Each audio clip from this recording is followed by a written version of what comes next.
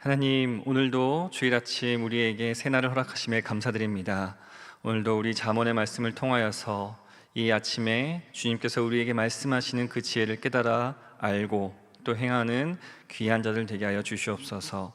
감사하며 예수님의 이름으로 기도드립니다. 아멘. 찬송가 425장 찬양하시겠습니다.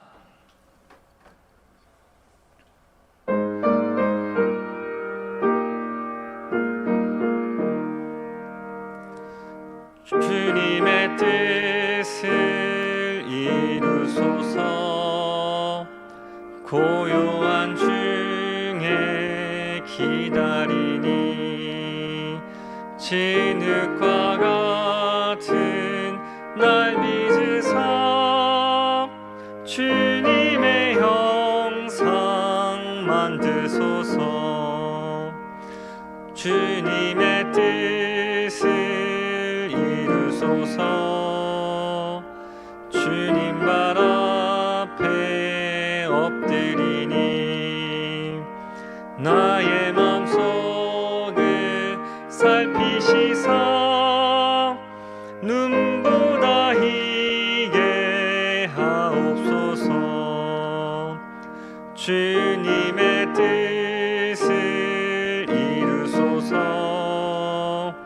병들어 몸이 피곤할 때 권능의 손을 내게 펴사 강건케 하여 주옵소서. 주님의 뜻을 이루소서. 온전히 나를 주장하사 주님과 함께 동행함을 만민이 알게 하옵소서. 아멘.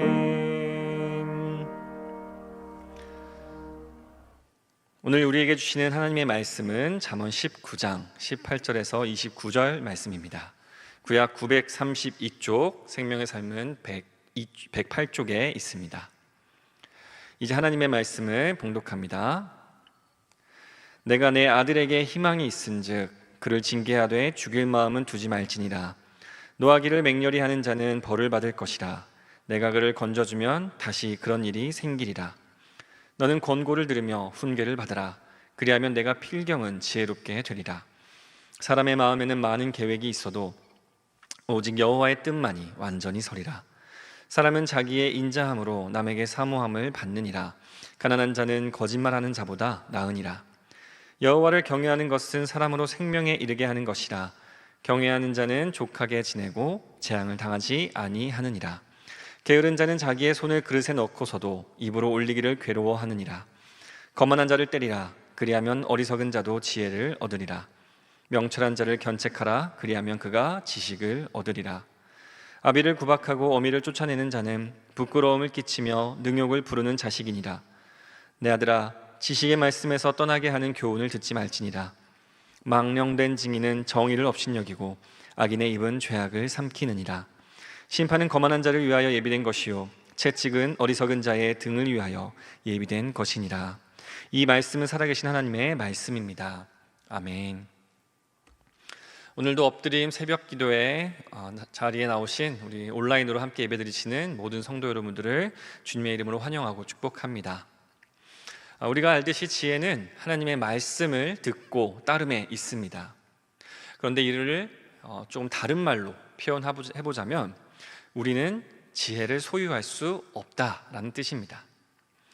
지혜는 늘상 우리의 안에 있는 것이 아니라 우리 밖에 하나님께 있는 것이기 때문에, 우리와 떨어져 있기 때문에 우리는 지혜를 소유한다라는 것이 아니라 그저 지혜를 따라간다, 지혜를 따라가는 사람들이다 라고 말할 수 있는 것이죠.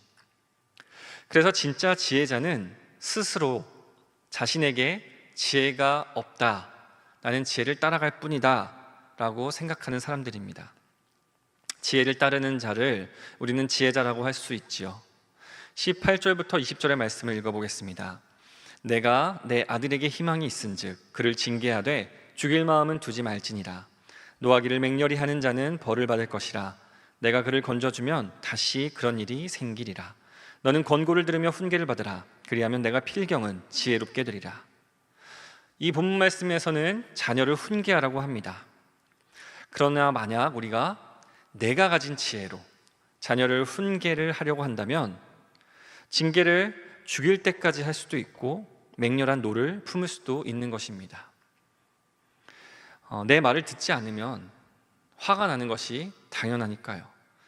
더군다나 내가 스스로 지혜자라고 생각한다면 내 말을 듣지 않는 저 사람은, 그리고 그것이 자녀라면 얼마나 화가 나고 답답하겠습니까? 결국 우리는 자녀들에게 징계할 때 내 스스로의 지혜로 하려고 한다면 단지 내 마음에 합당하게 자녀를 끼워 맞추려고 하는 것뿐이라는 것이지요. 그러나 진짜 지혜자는 내 말이 아니라 하나님의 말씀으로 자녀를 인도하는 훈계를 하기 때문에 결코 노를 맹렬하게 품을 수 없는 것입니다. 그리고 20절에 이어서 말씀하시죠. 훈계를 받음이 지혜롭게 되는 길이라고 말씀합니다. 지혜자는 결국 자신이 완벽해서 훈계를 받을 만한 일이 없는 사람이 아니라 계속해서 말씀으로부터 권고를 받고 훈계를 듣는, 다시 말해 말씀을, 그 지혜를 따라가는 사람들입니다. 우리가 세상에서 지혜 있다라고 하는 사람들을 보면 그들은 일상을 성실하게 살아가고 그리고 계획도 잘 세워서 자신이 세운 계획대로 착착착 잘 실천하는 사람들, 그런 사람들이 세상에서 지혜롭다 하는 사람인 것 같습니다. 그러나 사람이 아무리 훌륭하게 자신의 계획을 잘 하더라도 그 길을 인도하시는 지혜는 오직 하나님에게만 있는 것이지요. 그렇기에 결국 나의 계획과 나의 뜻이 하나님의 뜻과 일치하여서 공명하도록 간구하고 계속해서 하나님의 말씀을 갈구하는 바로 그런 자세만이 우리를 지혜롭게 할 수 있다는 것입니다. 21절부터 23절 말씀입니다. 사람의 마음에는 많은 계획이 있어도 오직 여호와의 뜻만이 완전히 서리라. 사람은 자기의 인자함으로 남에게 사모함을 받느니라. 가난한 자는 거짓말하는 자보다 나으니라. 여호와를 경외하는 것은 사람으로 생명에 이르게 하는 것이라. 경외하는 자는 족하게 지내고 재앙을 당하지 아니하느니라. 하나님의 뜻만이 결국 완전하게 설 것입니다. 그리고 우리를 향한 하나님의 뜻은 무엇이죠? 이웃에게는 인자하고 진실하며 또 하나님에게는 오직 경외를 드리는 것, 그것이 하나님이 기뻐하시는 뜻이라는 것입니다. 지금까지 살펴본 바에 의하면 결국 지혜는 어떤 시스템이나 체계, 이런 것들의 지혜가 될 수 없습니다. 우리가 무언가를 체계화시키고 우리의 삶의 어떤 것을 시스템화시키는 것은 사실 안정감 때문이죠. 시스템이 잘 정비되어 있어야 규칙대로 무언가가 착착착착 시간에 맞게 움직여야 변수를 줄일 수 있고, 그리고 그 시스템과 체계 속에서 우리는 비교적 안정적인 삶을 유지할 수 있다고 생각을 합니다. 그런데 사실 그 안정감은 우리를 속박하는 것입니다. 왜냐하면 나의 일상에서 사실 기도와 말씀을 위한 시간을 이렇게 따로 떼어드는 것은 물론 훌륭한 일이지만, 만약 우리가 그 시간을 단지 아침 시간에만 혹은 오늘 1시간만 이렇게 제한을 해둔다면 우리는 그 이상의 시간을 하나님께 드리기를 어려워할지도 모르고 하나님의 시간과 나의 시간을 구분해 버릴 수도 있기 때문입니다. 우리가 하나님께 드린 시간, 그 시간 이후의 시간표는 이미 나의 계획과 나의 시스템과 나의 체계로 다 정확하게 책정되어 있기 때문에 우리는 그 이상의 시간을 드릴 수가 없죠. 왜냐하면 그것을, 그 시스템을, 그 안정감을 무너뜨리는 순간 다음에 나의 스케줄이 지장을 받기 때문입니다. 물론 한 10분도 기도하지 않는 사람에게 1시간 이것을 체계화시킨다는 일은 물론 훌륭한 일이 될 수 있겠지만, 요점은 나의 계획과 시스템이 모든 것을 조절하고 유지시키는 원동력이 되어서는 안 된다는 것입니다. 그럴 때 우리는 마치 내가 지혜를 소유한 것과 같은 그런 느낌을 받습니다. 그러나 다시 한번 말씀드리지만 지혜는 소유할 수 있는 것이 아니라 계속해서 하나님의 말씀을 따라가는 것, 때로는 자신의 체계를, 자신의 시스템을, 그 안정감을 뒤흔들 수도 있는 자들만이 온전한 지혜의 자의 걸음을 걸을 수 있는 것이지요. 그러면 뒤에 이어지는 24절과 25절은 이제 다른 의미로 우리가 읽을 수 있겠습니다. 제가 읽어보겠습니다. 게으른 자는 자기의 손을 그릇에 넣고서도 입으로 올리기를 괴로워하느니라. 거만한 자를 때리라. 그리하면 어리석은 자도 지혜를 얻으리라. 명철한 자를 견책하라. 그리하면 그가 지식을 얻으리라. 오늘 본문 말씀은 단순히 게으른 자를 질책해서 부지런한 자로 만들어라 라는 그런 말씀이 아닙니다. 진짜 게으른 자는 어떤 사람들이죠?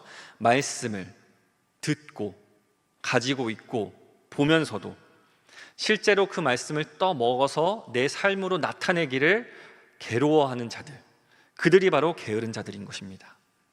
지혜의 말씀을 듣고 눈으로 읽지만 실제로 내 삶에 나타내기는 어려워하는 사람들이죠.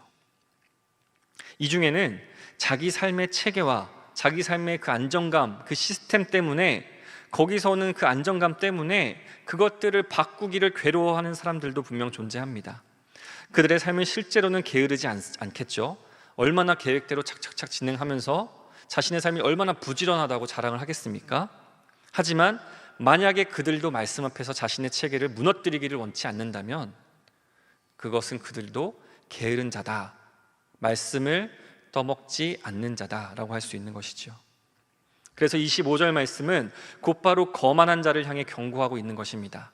자신은 말씀이 말하고 있는 게으른 자가 아니라고, 나는 게으르지 않다고 생각하는 모든 이들을 향해 거만한 자라고 말하면서 그들을 때리라고 합니다. 우리의 시스템과 안정화가 때때로 매를 맞고 부서져야지만 그때야 비로소 우리는 지혜자가 될 수 있는 것이죠. 지혜는 결코 안정감과 같은 말이 아닙니다. 삶이 안정적으로 유지하는 것이 지혜가 아니라는 것이지요. 명철한 자도 견책을 받는 사람이라고 하지 않습니까? 굳이 명철한 사람을 왜 견책하라고 하겠습니까? 그의 삶이 체계화되고 안정적이고 부지런하기 때문에 명철한 자가 아니라 그가 하나님의 견책을 받아서 자신의 삶의 시스템도 기꺼이 내려놓을 수 있는 자이기 때문에 명철하다라고 하는 것이지요. 이어지는 26절부터 29절의 말씀은 그렇게 게으른 자들이 어떻게 멸망하는지, 다시 말해 하나님의 말씀을 따르지 않고 자기 자신이 지혜롭다 여기는 자들, 삶의 체계를 무너뜨리려고 하지 않는 자들, 안정감에 머무르고 게으르고 거만한 자들의 최후를 보여줍니다. 제가 한번 읽어보겠습니다. 아비를 구박하고 어미를 쫓아내는 자는 부끄러움을 끼치며 능욕을 부르는 자식이니라.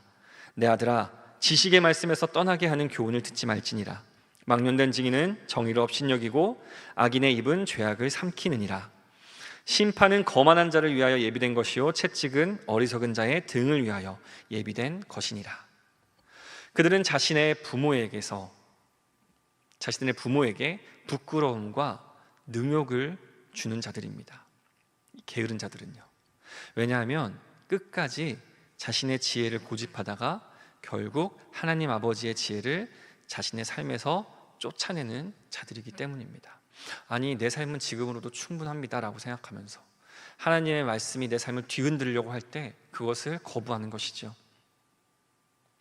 그러므로 지식의 말씀에서 떠나는 그런 아들이 되는 셈입니다. 그리고 그들은 그렇게 사는 것이 똑똑한 삶이다 라고 말할지도 모릅니다.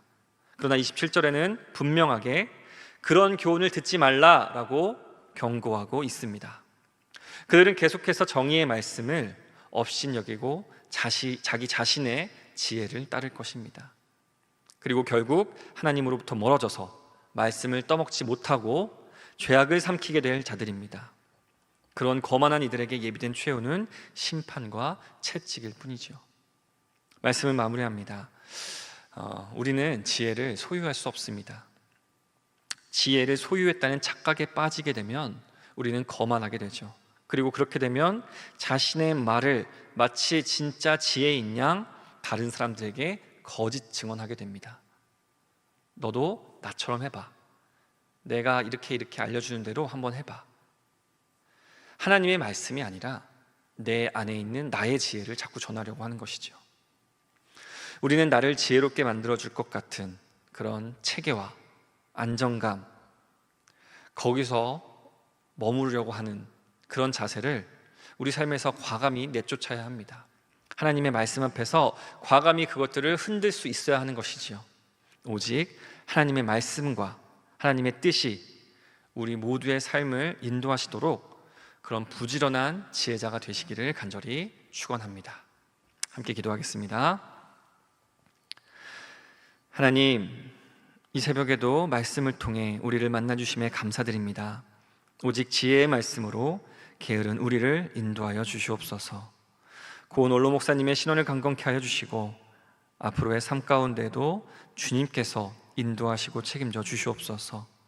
허요한 유임 목사님에게 영적 리더십을 허락하여 주시옵고 성령의 능력으로 교회를 돌보고 세우는 하나님의 거룩한 도구 되게 하여 주시옵소서. 감사 특밤이 오늘로 마지막 날입니다. 세우신 강사님께 성령께서 함께하여 주시고 듣는 우리들에게도 성령께서 역사하사 변화와 감동이 있는 놀라운 시간 되게 하여 주시옵소서. 오늘도 주께 드린 귀한 봉헌을 기쁘게 받아주시고 들은 이들도 또한 기쁜 마음으로 드리도록 주여 함께하여 주시옵소서. 이 헌물을 통하여서 오직 하나님의 나라가 온전히 세워질 줄로 믿습니다. 그리고 그 마음에 소원을 담아드린 그 기도의 제목들 주님께서 온전히 들어 응답하여 주시옵소서. 이 모든 말씀 예수님의 이름으로 기도드립니다. 아멘. 하늘에 계신 우리 아버지, 아버지의 이름을 거룩하게 하시며 아버지의 나라가 오게 하시며 아버지의 뜻이 하늘에서와 같이 땅에서도 이루어지게 하소서. 오늘 우리에게 일용할 양식을 주시고 우리가 우리에게 잘못한 사람을 용서하여 준 것 같이 우리 죄를 용서하여 주시고 우리를 시험에 빠지지 않게 하시고 악에서 구하소서. 나라와 권능과 영광이 영원히 아버지의 것입니다. 아멘. 이 시간 기도하실 때 교회, 나라와 민족, 또 교회와 가정, 그리고 오늘 말씀을 놓고 계속해서 기도의 자리로 나아가겠습니다.